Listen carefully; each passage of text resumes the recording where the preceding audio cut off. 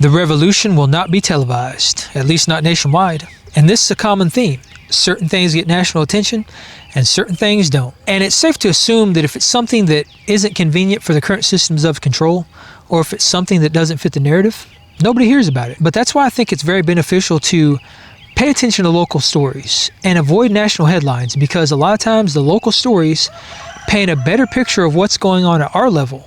And sometimes that's the canary in the coal mine.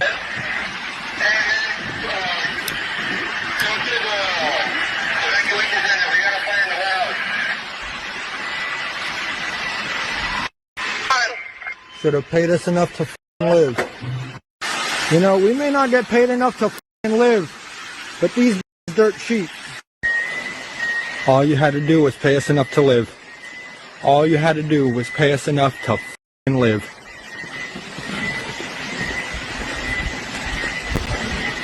All you had to do was pay us enough to live.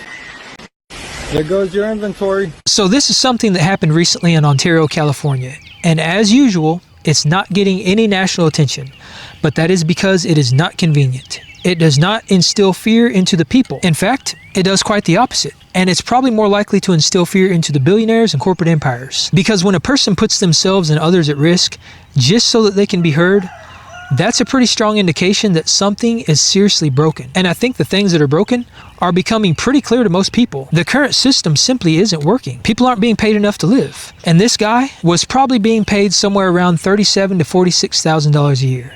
In California, mind you. And you might argue that it's his choice to work there. Nobody forced him to do that. But when people are being laid off in mass due to AI and profiteering, how many options does somebody actually have? So people are being squeezed, and the pressure is overwhelming. The cost of living keeps going up, and people are working, but working only gets you so far. And if you're working just to survive, life becomes work and nothing else. It becomes a game of survival, and suddenly you don't have anything to live for. And when people are backed into a corner and life loses meaning, these are the things that can happen because it feels like it's the only option that's left, and they simply stop caring. But this is how things like the American Revolution started, and actions like this are right on par with that. And if things continue in the direction they're going, we could see more and more of this. And I'm not saying that this is right or what this man did was okay, but it's important to pay attention to the signs because people are waking up to the fact that we've been played. And when you consider that the wealth of the top 12 billionaires has quadrupled since 2020, and the average CEO pay is 281 times higher than the average worker's pay, that is a massive wake-up call, especially considering that the average person is losing. Not only has their wealth not quadrupled or their pay gone up 281 times, their wages have been stagnant and their dollar simply doesn't go as far despite them working harder and being treated with less respect in the workplace. And people aren't just fed up with that. They're fed up with all the reasons why this is happening. The world has picked a side, and that side is with the billionaires, the corporations, and the private investors. It has chosen profit over the people, and it shows. War breaks out, and the first thing that these people ask is, how will this impact my investments? Deadline that President Trump has set, 8 p.m., has threatened to destroy a civilization. How does an investor process that? Is it a bigger upside risk or downside risk? Not how will this impact the people, not how can we be sure that what we're doing is right, not how might this impact our future generations, but how will this impact my bottom line? And when I hear stuff like this...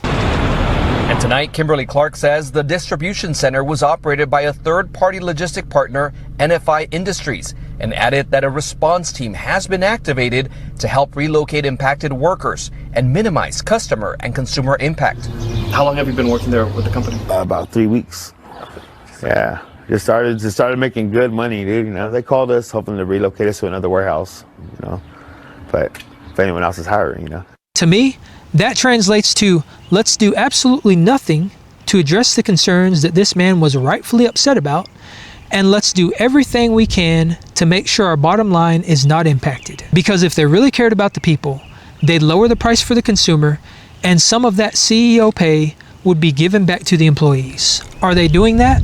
The answer is no. And when you really dig into why people are struggling while these billionaires are getting richer, the truth becomes even more crystal clear. People are realizing that inflation is artificial. Not in the sense that it isn't happening, because it definitely is, but in the sense that problems are created so that reasons can be put in place to justify price hikes. And somehow, these companies in these industries magically record record profits. Remember when egg prices went through the roof because of the bird sniffles? The claim was that because so many chickens were being culled, egg inventory plummeted.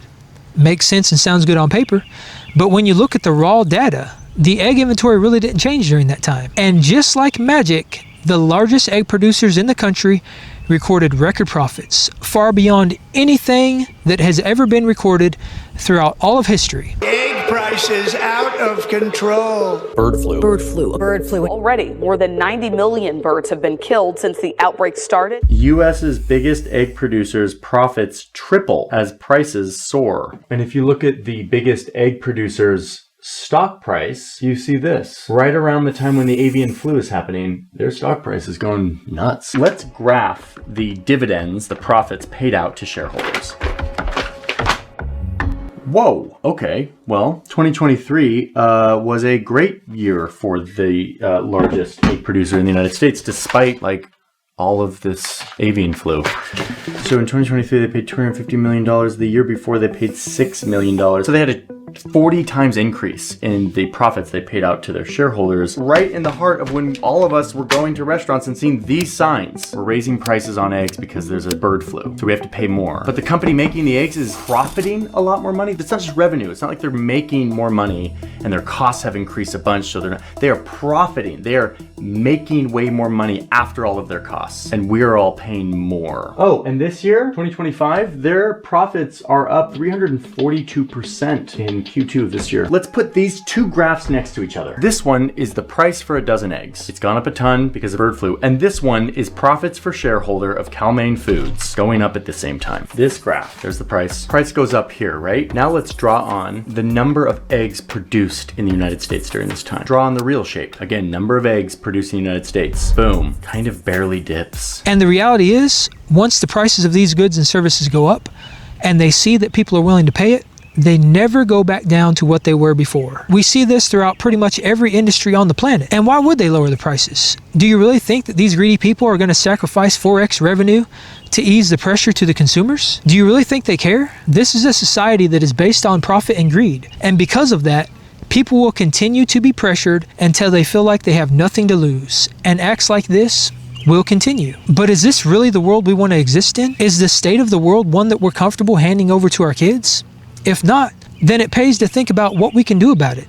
And in situations like this, it's tough to know where to start because the problem is so systemic and so huge that it really just feels kind of hopeless. But that's not a coincidence. It's set up to be that way because that fear and that sense of overwhelm is exactly what keeps people from even trying. But we've wised up to that.